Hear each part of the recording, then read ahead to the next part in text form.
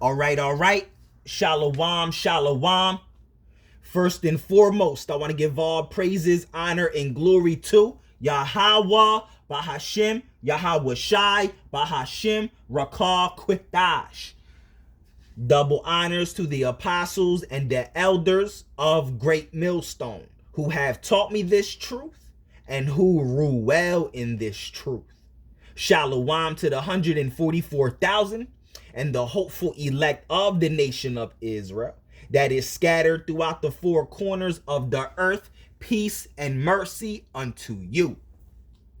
You so-called Negroes, Latinos, and Native Americans, you are the true Hebrew Israelites that the Bible speaks of. You are the true chosen people of the book of the Bible.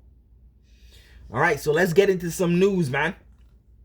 All right, to let you know what's happening and to let you know what time we're living in, man. All right, the time where Yahweh Shai is getting ready to crack that sky. All right, the time where nuclear missiles are getting ready to fly. All right, from one end of the earth to the other. All right, the time where the mark of the beast is about to be implemented. All right, and ushered in and made mandatory under the punishment of death. All right, the mark of the beast being the RFID microchip. All right, this is the time that we're living in. All right, the time of war and rumors of wars. All right, all this is all happening at the same time. And what did Yahweh Shai say? All right, that this is the beginning of sorrows. All right, but the end is not yet. All right. But the Lord said, lift up thy head, for your redemption draweth nigh. Yahweh Shai getting ready to crack that sky, man. All right, we don't got another 100 years here, 50 years here, 20, 15, 10 years here, man. You know, in the Bible, the number 7 represents completion. All right, and next year is 2027. 2027 just might be that year where the mark of the beast is implemented. All right, and then nuclear missiles are going to start flying, and we're going to see Yahweh Shai crack that sky, Lord willing. Yahweh Bahashim, Yahweh Shai Ratazah, I am of the elect. All right, but let's get into this. Let's get into some news, man. All right, as you may or may not know, all right, Wednesday, all right, the U.S. and Iran had a ceasefire deal. All right, and as soon as the ceasefire deal took place, you have Israel already shooting missiles at Lebanon, man.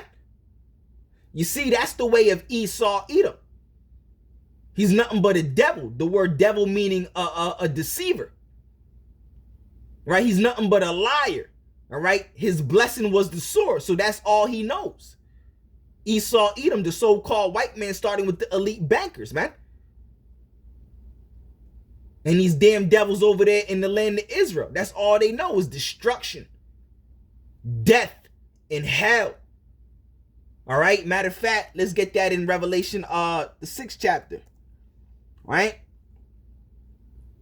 Revelation 6. Let's get it like this in a blue letter. All right, Revelation, the 6th chapter. When it speaks about the red horse represents Esau Edom, the so-called white man. That's what the word Edom means. All right, it comes from the Hebrew word Adawan, which means red, right? So Revelation 6:3, it says, and when he had opened the second seal, I heard the second beast say, come and see. And there went out another horse that was red, which represents Esau, right? And power was given to him that sat thereon to take peace from the earth. And that's all Esau Edom has done, the white man has ever done, was take peace from the earth. Right? It says, and that they should kill one another, you see? All right? And that starts with the elite bankers, because they create these wars. All right? So people can kill one another, right? It says that they should kill one another, all right? And there was given unto him a great sword. Yeah, all right? A great sword was given unto Esau Edom. That was his blessing. Going all the way back to the book of Genesis. All right, when Esau wept for a blessing. All right, because Jacob took his blessing, right? So he wept unto Isaac his father for a blessing, in the blessing that Isaac gave Esau was to rule with the sword.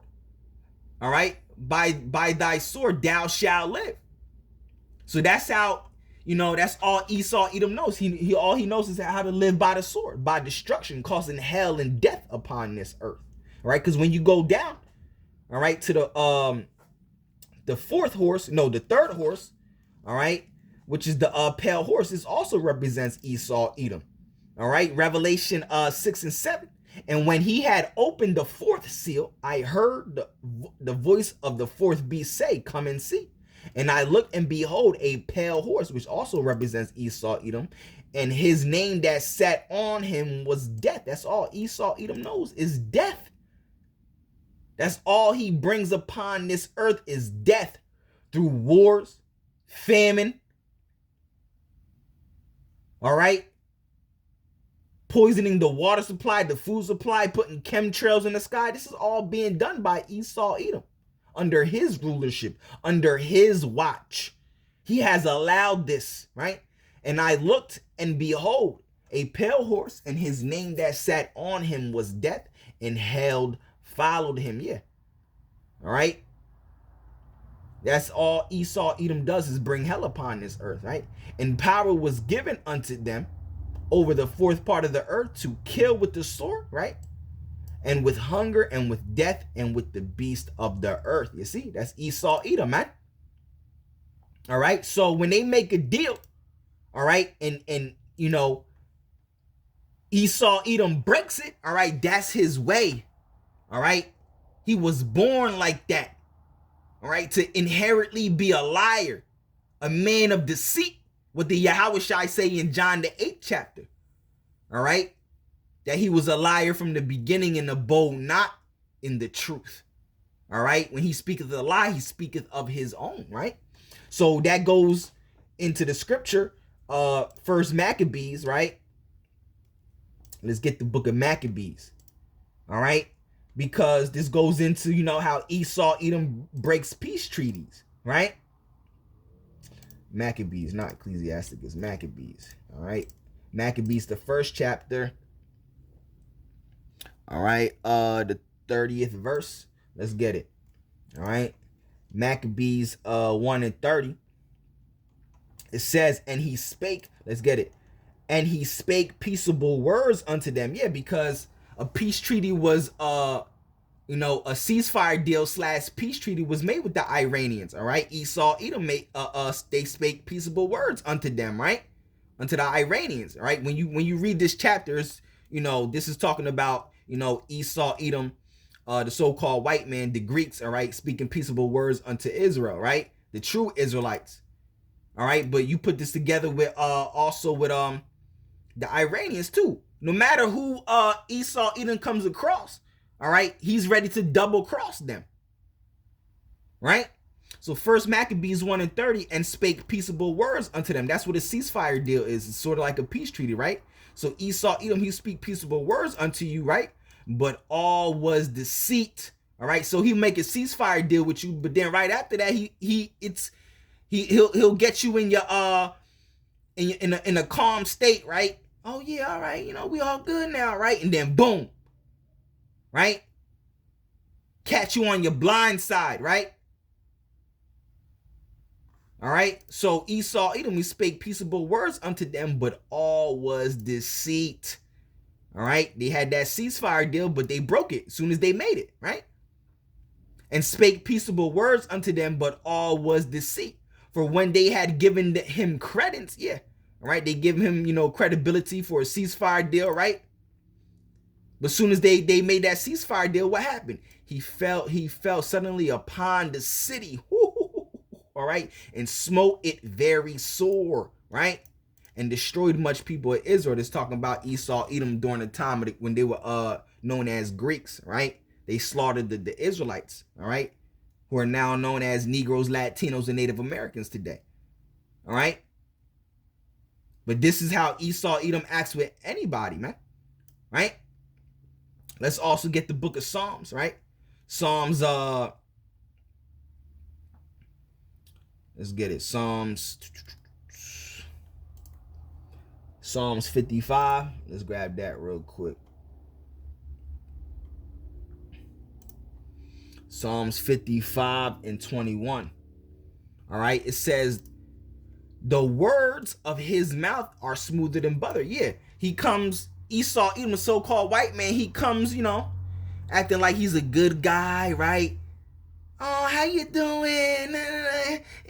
Nice to meet you. I'm your neighbor, right? The words of his mouth are smoother than butter, but war was in his heart. So they made that peace treaty, right? But war was still in his heart. That's why after that peace treaty, Israel had to come with those missiles, man, on Lebanon, man. Right? The words of his mouth were smoother than butter, but war was in his heart. All right? His words were softer than oil, yet they were drawn swords. Woo! That's Esau Edom, man. His way is deceit. All right? He is the devil. The word devil means a deceiver. That's his way. He's inherently the devil, inherently a liar. That's all he knows is destruction and hell. So he'll make a peace treaty with you, a ceasefire deal with you, but still shoot off the missiles, right? The words of his mouth were smoother than butter, but war was in his heart. His words were softer than oil, yet they were drawn swords. You see? All right? Come on, man. All right? So let's get into this article, right? It said, did Israel attack Lebanon to spoil Iran war ceasefire? Yeah. All right. And you got a few articles on it, right? CBS News, right? You got another one right here from The Guardian, right? And then I also got AI here as well, right? All right. So let's get into one of these articles, all right? Did Israel attack Lebanon to spoil Iran's ceasefire deal, all right? Israel claims attacks on densely populated residential areas that killed more than 200 people were aimed at Hezbollah, right? It won't even let me go into the article. Oh, yeah, well, all right. So it says, what was the point of Israel's surprise mass strikes on Lebanon that killed more than 300 people and due widespread international condemnation? Yeah. All right. It says Prime Minister Benjamin Netanyahu and other officials have claimed, all right, the largest strike against Hezbollah during the month-long war against Iran was carefully aimed at members of the armed group, but the attacks appear to be as much a piece of violent spectacle to benefit Netanyahu as militarily useful, all right? Others have speculated that the attack without warning and initially hitting more than 100 targets in 10 minutes, including in densely populated residential areas in central Beirut, was aimed at undermining the U.S.-Iran ceasefire, all right, that many see as being imposed, all right, on an unhappy Netanyahu. All right, the version being briefed in the Israeli media is that Hezbollah has sought to move command posts to civilian areas outside its historical centers, all right, such as the sprawling Dahe suburb, to better conceal and protect them, a claim Israel has previously made about Hamas in Gaza.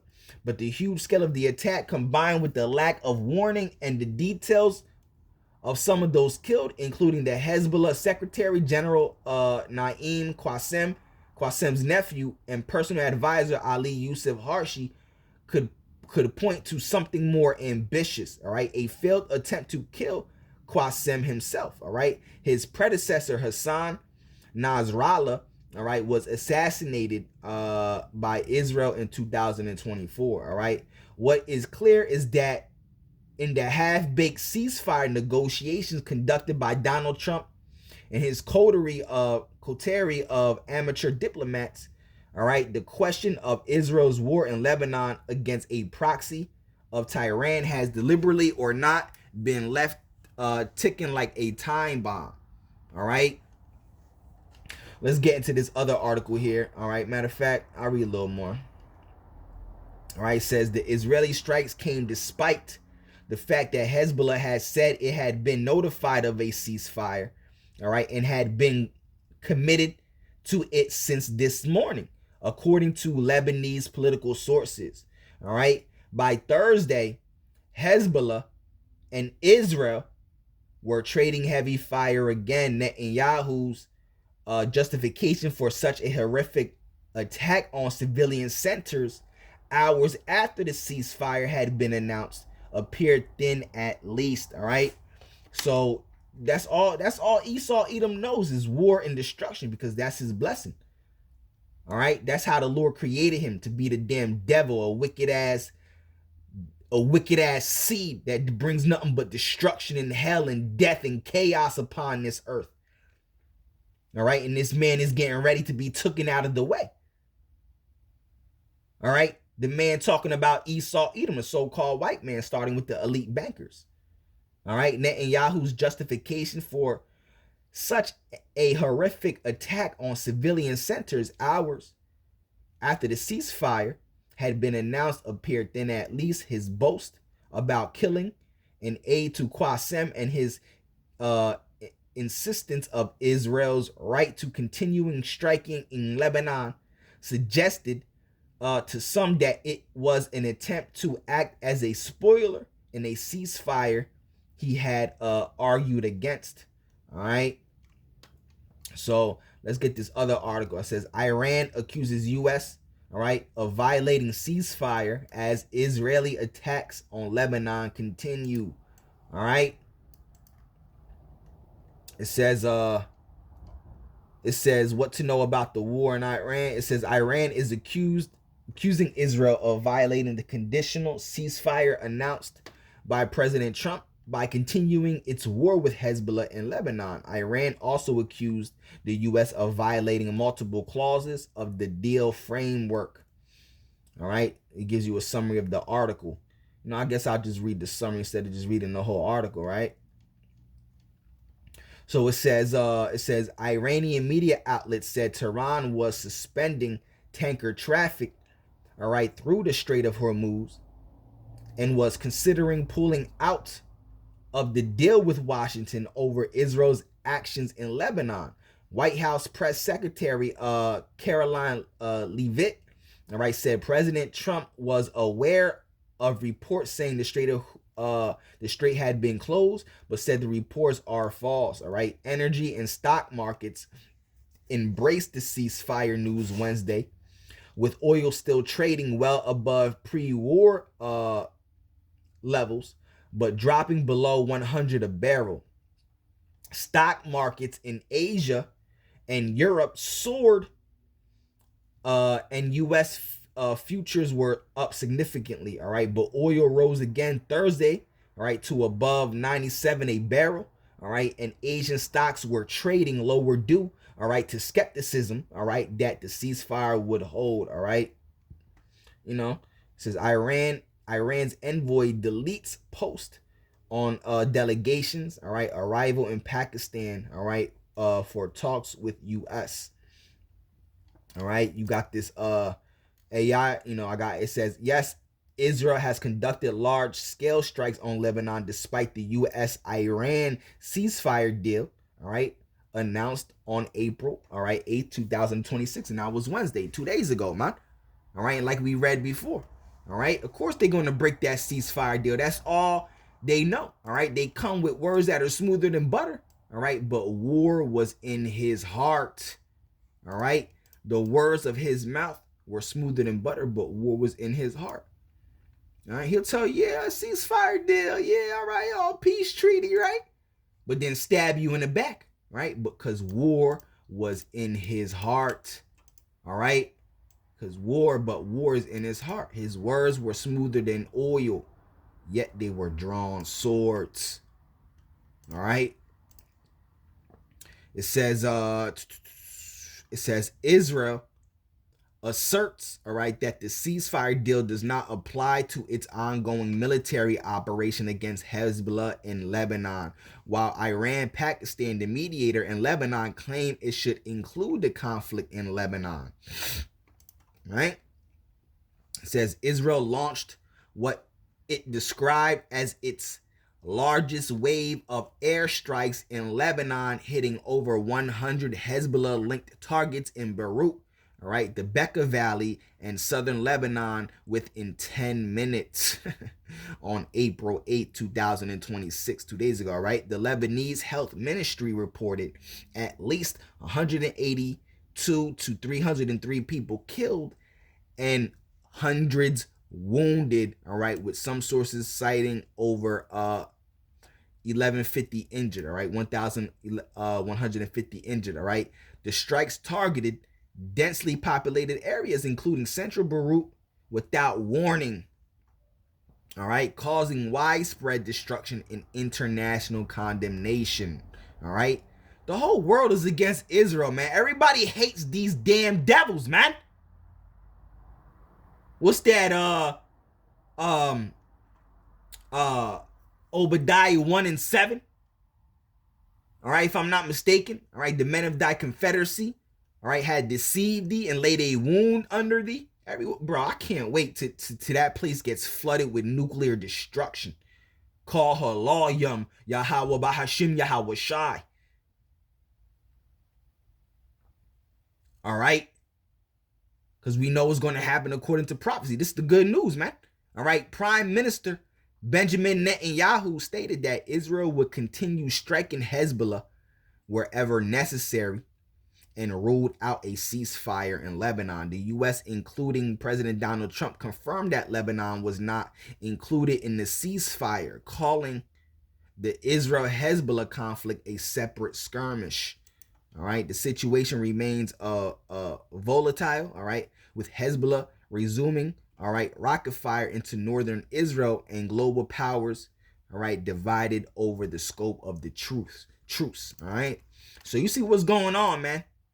All right, the reason why, things are the reason why ceasefire deals are fragile, because the Lord is just going to keep amping things up, man, until these nuclear missiles fly, bro. This is it, bro. It's not going to get better from here on out, bro. It's not. It's going to keep escalating and escalating to all these nations coming to this third world war. But we know before the nuclear destruction takes place, the mark of the beast has to take place first. The RFID microchip. All right. So just, to read it, these articles to let you know what's popping off, man. What's going on these last days. Prophecy is moving, man. All right. So, Yahweh Bahashim, Yahweh Shai, Raptazad, this lesson is or was edifying. All right. Call her Lawyum, Yahweh Bahashim, Yahweh Shai, Bahashim, Rakar Kwitash. On to the next one. Shalom, shalom.